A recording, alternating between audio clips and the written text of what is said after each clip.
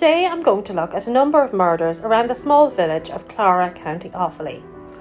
All are thought to be unrelated, but what links them is that locals believe that in all of the cases, police corruption and incompetence is the reason why they are still unsolved. The first of three I'm going to document holds all the elements of a sordid novel: religion, money and a potential love triangle. It's the murder of Father Noel Malloy in 1985. So Father Malloy was a wealthy man by those days' standards, having inherited a large sum from his father. He was interested and involved in horses and show jumping, so he chose to invest a lot of it in this, along with a close friend of his called Teresa Flynn. He and Teresa were super close, even though she was married to Richard. They were so close, in fact, that Father Malloy did not even have a contract with her regarding all the money they jointly handled. He was a much-loved priest at his local parish, but it's safe to say that he spent more time at Kilcorsey House, where the Flynns lived, than he did in his parochial house, even staying overnight a lot. This went on for years. There were obviously whispers regarding the relationship he had with Teresa, understandably. However, the July weekend he met his sudden end, the Flynn's daughter Maureen had gotten married. It was a lavish affair and they had a marquee in their garden. Guests thought something was brewing when Father Malloy, who practically lived there, didn't arrive until late evening and stayed only a short time. It seemed something was wrong. So the next day, which is Sunday, is where the stories changed drastically between Richard Flynn's account and eyewitnesses. In the evening, Richard claimed they had gone to visit friends with Father Malloy. They returned home around 9 p.m. and a couple of hours later, all drunk, a row broke out over who would get the next drink. The fight became physical and Father Malloy got hit, resulting in his death. The alarm was raised around 3:15 a.m. when a local policeman got a knock on the door. It was the parish priest explaining that Father Malloy was dead at the Flynn's home and could he keep it on the low. The policeman said no, it had to be investigated. So the Flynn's adult children had been out socialising and on their return found the priest viciously battered to death in the master bedroom. Instead of emergency services, they called the parish priest. There were hours of a delay before authorities were informed. Mr. Flynn's account sounds more than dubious, and you might be inclined to think Richard had enough of seeing his wife and Father Malloy fooling around, but what transpired seemed to prove otherwise. It seemed more likely the dispute was over money. Richard, who had lived a high life, had gotten himself into a bit of bother, and to help out, Father Malloy had purchased some land off him, intending to turn it into some kind of stables. When planning permission was refused, Malloy decided he wanted his money back and was intending to move away abroad, ending his dealings with the Flynn's altogether. So what had suddenly changed after all these years? Of course, Richard didn't have the money, so this was the motive behind the priest's death. It's unclear whether it was premeditated or a fight did break out, but it wasn't about a drink. Eyewitnesses claim that Father Malloy was in fact with his horses all evening, not visiting or hanging out with the Flynn's, disputing the story given to police. It also transpired, with developments in forensics, that Father Malloy had been attacked possibly 6 hours prior to his death, so had an ambulance been called, he would have survived.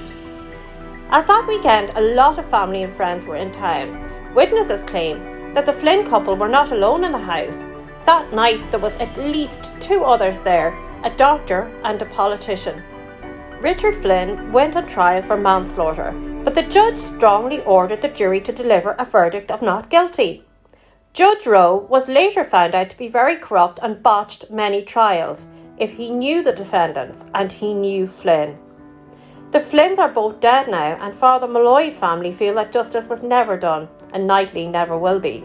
Apart from the farcical trial, people believe the investigation was very low quality, and the quality of police work in that area has not improved much over the years. In 2002, Jim Gundan, a 50-year-old man, was found dead at the bottom of his stairs with a large gash on his head. He and his wife had been out drinking for the whole day previously. It was ruled as accidental, and Gardaí did not make any thorough investigation at the scene at all, despite there being blood upstairs and downstairs in what the victim's brother likened to a slaughterhouse. His brother is still campaigning to have the case reopened. That same year, a 23-year-old Shane Tuhey went missing in County Offaly. A week later, his body was hauled out of a local river and deemed to be suicide, but his family didn't think so. There was no water in his lungs, the autopsy showed. So how could his death be suicide by drowning? His body had not even entered the water where it was found. His father claims that Shane was being bullied by a group of people he knew, and he had been drinking that night where he encountered them. In fact, one of the last people to see Shane alive was from that group. I'm feeling from reading the accounts that Shane was perhaps a vulnerable young man, because I'm not sure why he would be hanging out with people who were making fun of him and bullying him. Shane's father said he had it on good authority that a fight broke out over Shane wanting a lift home, and that this particular man had struck Shane over the head in the car. Shane's father went to the police and he claims they totally dismissed him. No forensics were done on the car. CCTV footage of Shane's movements that night was not preserved, and no real investigation went into the possibility of assault by this man or this particular group. A local woman, who by her own admission is an alcoholic and not a credible witness, claimed to have been in a relationship with Shane and said he often talked about committing suicide, but this was found out to be a lie. It's my thinking that as an alcoholic, she could have been easily bribed to say things that were not true by someone wanting to cover up their wrongdoing. Shane's dad reckons the guy he thinks killed Shane was protected because of who his family is.